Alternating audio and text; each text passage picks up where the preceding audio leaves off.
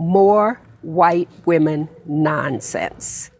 Let's go back to 1876, when a former slave owner named Lucy Foreman Harley said she was assaulted by two black men, leading to a white paramilitary mob killing as many as 100 black men, which witnesses later said was just an excuse to suppress black voters.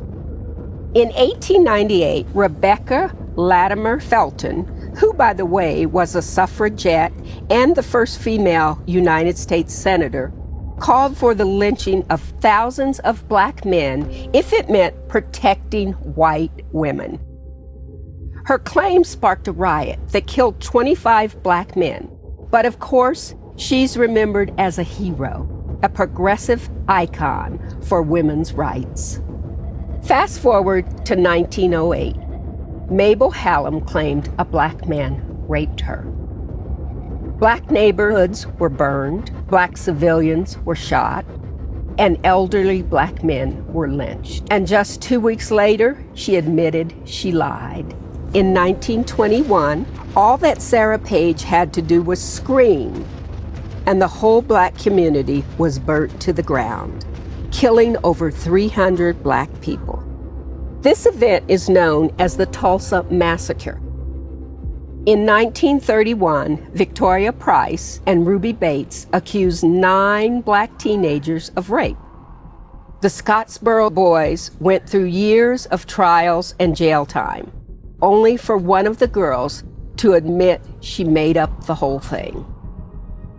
In 1955, Carolyn Bryant said 14-year-old Emmett Till was flirting with her.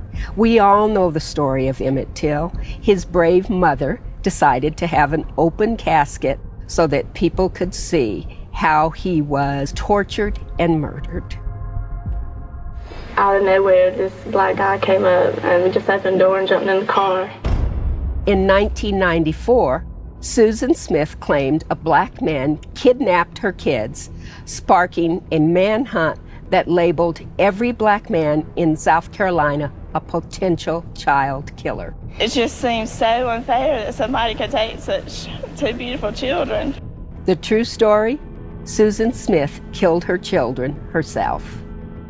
In 2009, Bonnie Sweeten claimed she and her daughter were kidnapped by a black man so that she could swindle her boss and go to Disney World. A few years later, in 2016, rookie cop Sherry Hall claimed she was attacked by a black gunman, starting a massive manhunt. But the attack had never happened. She staged it all for attention. Which brings us back to 2020.